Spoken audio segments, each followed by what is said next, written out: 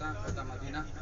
Kita sudah berbelanja, kita tabarrukan membeli kurma yang ditanam oleh Rasulullah SAW yang bernama kurma ajwa. Dan insya Allah kita akan menuju Jabal Uhud. Kita di belakang kita itu banyak kebun Bapak ya, kebun-kebun kurma itu. Jadi kebun kurma itu begini bedanya. Kalau di Indonesia seluruh tanaman, seluruh tumbuh-tumbuhan, seluruh buah-buahan biasanya bermunculan pada musim hujan Pak ya Ibu. Kalau di Saudi beda. Kalau kebun kurma itu justru kata orang Arab itu musimnya fiswaif yakni pada musim panas. Itu khusus kurma memang. Jadi kurma-kurma itu kalau di Saudi memang sudah mulai tumbuhnya, sudah mulai berbunga itu mulai dari musim panas. Musim panas itu biasanya dimulai sebelum bulan haji. Jadi kemarin waktu bulan haji, alhamdulillah jemaah haji Indonesia itu rata-rata alhamdulillah mereka menutupi musim kurma yang masih baru. Artinya musim kurma yang muda-muda itu baru mulai. Jadi kurma kuning. Pak insya Allah kita akan menutupi nanti sampai di Mekah. Insya Allah nanti tetap ada kurma muda yang berwarna kuning ya. Jadi kalau beli sekarang memang takut terlalu matang. Jadi musim-musim kurma ini hanya berjalan selama 5 bulan kalau di Saudi Arabia. Musim kurma itu musim kurma muda maksudnya berjalan hanya 5 bulan. Adapun kurma ini di Saudi nggak pernah putus, berjalan terus, nggak ada putusnya. Karena memang dulu termasuk sembako atau makanan pokok dari warga atau negara Saudi Arabia, termasuk di zamannya Rasulullah SAW. Jadi alhamdulillah kita sudah belanja kurma ajwa itu. Di luar memang banyak, tapi di sini memang beda. Kalau yang keras Bapak Ibu, nanti kalau nyampe Indonesia itu mutunya nggak bagus, memang agak lembek itu yang bagus. Kalau yang keras-keras itu rasanya nggak enak, sudah kering ya. Jadi namanya kurma ajwa. Jadi mudah-mudahan kita semua mendapatkan faedahnya kalau kita memakan kurma ajwa. Jadi kalau bisa diusahakan ikut hadisnya Rasulullah, man tasabbaha kulla yaumin bisab'i min tamarati ajwatin, barang siapa yang makan kurma 7 butir tiap pagi, fa insyaallah lam yadurruhu al-yawm summun wala sihrun. Insyaallah badan kita yang ada racun-racun penyakit itu insyaallah akan hancur. Summun wala sihrun, dan juga insyaallah kita akan dijauhi dari sihir. Jadi jangan disangka walaupun zaman dulu, zamannya Rasul, sebelumnya Rasul memang sudah ada sihir ya. Mudah-mudahan kita semua nanti di Indonesia diberi keselamatan, bisa mendapat barokahnya dari makan kurma ajwa. Jangan lupa memang faedahnya besar sekali. Makanya memang cukup mahal Bapak harganya kurma ajwa. Bahkan kalau di Indonesia itu katanya informasinya ada yang 400, ada yang 450.000 1 kilo. Memang beda ya. Mudah-mudahan dengan adanya kita di Madinatul Munawwarah ini tetap mendapatkan barokahnya dari Nabi Muhammad SAW. Alhamdulillah, insyaallah sekarang akan menuju ke Jabal Uhud, Gunung Uhud, di mana Jabal Uhud itu adalah sejarah yang menyatakan bahwasannya dulu Rasulullah waktu ada perang Badar di tahun yang kedua dari Hijriah, alhamdulillah peperangan Badar Kubra itu kaum muslimin memenangkan peperangan tersebut. Dan adapun lokasi Badar Kubra itu dari Madinah, pertengahan Madinah, dari Madinah menuju Mekah. Jadi agak jauh. Nah, pada saat itu kaum muslimin dari para sahabatnya Rasulullah memenangkan peperangan Badar Kubra. Setelah mendapat setahun, dalam tahun ketiga Hijriah, sekitar tahun 625 Masehi, mereka kaum musyrikin, utamanya kaum kufar Quraisy dari Mekah, mereka ingin balas dendam karena kekalahan dari peperangan Badar Kubra. Ingin melanjutkan peperangan kembali, ingin balas dendam terhadap Nabi Muhammad SAW. Akhirnya alhamdulillah Rasulullah mendengar isu-isu bahwasanya kaum musyrikin, kaum kufar Quraisy dari Mekah ingin menyerbu kota Madinah. Rasulullah sudah mendengar. Akhirnya Rasulullah SAW memerintahkan seluruh sahabat, sekitar jumlah pasukan 1000 sahabatnya Nabi Muhammad SAW untuk menerima tantangan dari orang Quraisy Makkah. Dan saat itu awalnya sahabat itu pasukan muslim itu jumlahnya 1000 Bapak. 1000 pasukan. Berhubung ada kaum munafik yang dipimpin oleh Abdullah bin Ubay sebelum masuk Islam, mereka mundur. Mereka tidak mendukung Nabi, mereka mundur dari peperangan Uhud. Akhirnya 1000 itu, 1000 pasukan berkurang 300.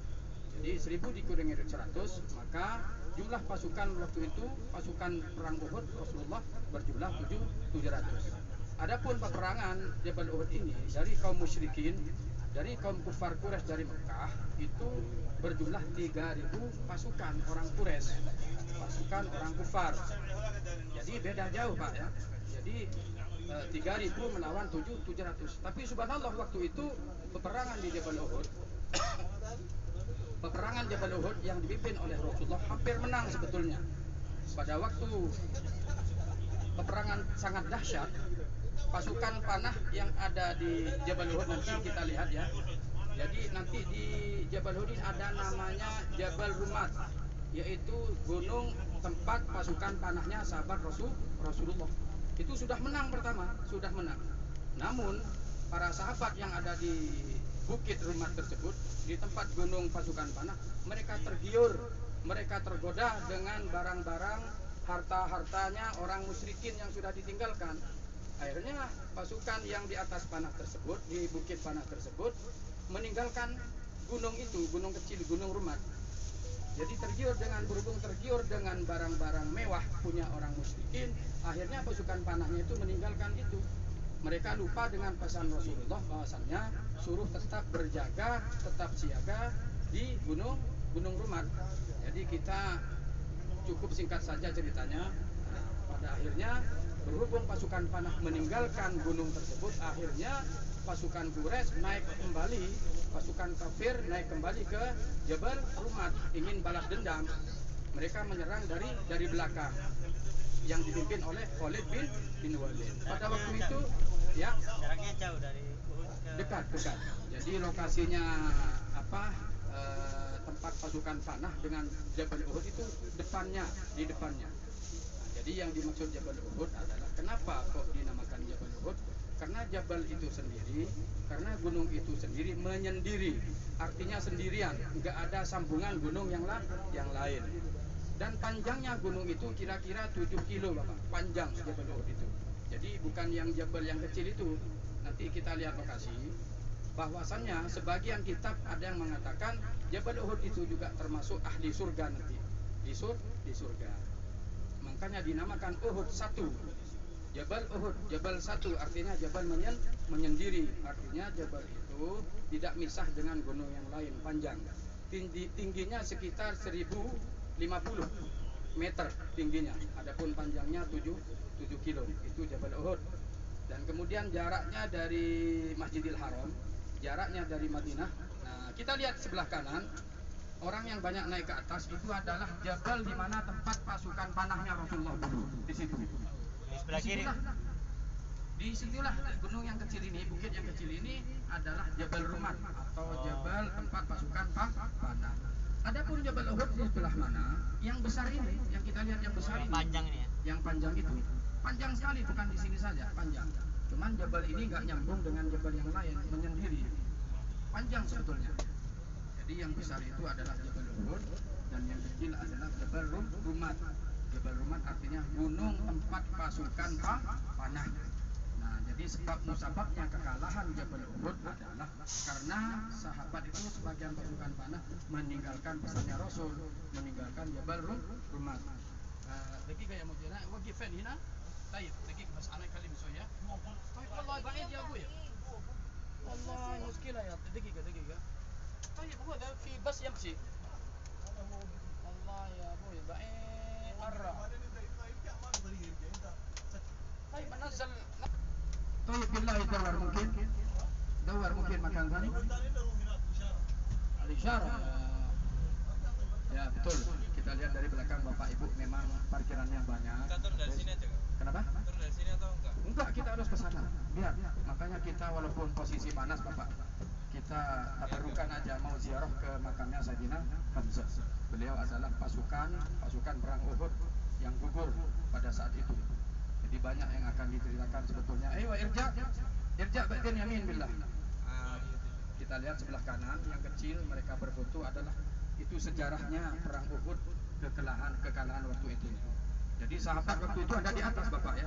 Itu Jabal Rumah. Mereka turun karena melihat tergoda dengan barang-barang berharganya kaum musyrikin. Akhirnya sahabat pasukan panah itu turun.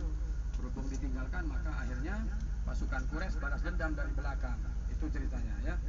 Dan pasukan Quraisy tersebut dipimpin oleh Khalid bin Walid waktu belum masuk Islam. Nah, alhamdulillah kita sudah mendekati, alhamdulillah bisa masuk. Kita nanti ziarah sebentar Bapak ya ke makamnya Sayyidina Hamzah. Makamnya sebelah mana, Ustaz? Ada di dalam, nanti kita turun semua Bapak ya.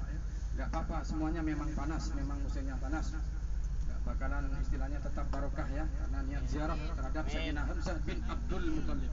Siapa Sayyidina Hamzah? Adalah pamannya Rasulullah sallallahu alaihi wasallam. Jadi pamannya beliau. Rasulullah pada waktu itu sangat sedih dan sangat marah karena pamannya meninggal pada waktu perang Uhud. Jadi kita turun sejenak, kita akan baca tahlil singkat nanti di depan kuburannya Sayyidina Hamzah. Dan di dalam kuburan tersebut ada 70 sahabat, 70 syuhada tentara perang yang meninggal waktu itu.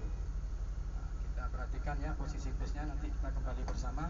Dan insyaallah kita juga akan selfie juga di sana Pak ya. Kita akan memberi dokumen juga. Mari kita kirim Fatihah dulu singkatnya, nanti kita akan di bawah. Al-Fatihah lillahi sallallahu alaihi wasallam wa ala alihi syuhada wa ila sayyidina Hamzah bin Abdul Muthalib wa ila sayyidina Abdul Rashidin sa'idul Fatihah. A'udzu billahi minasyaitonir rajim.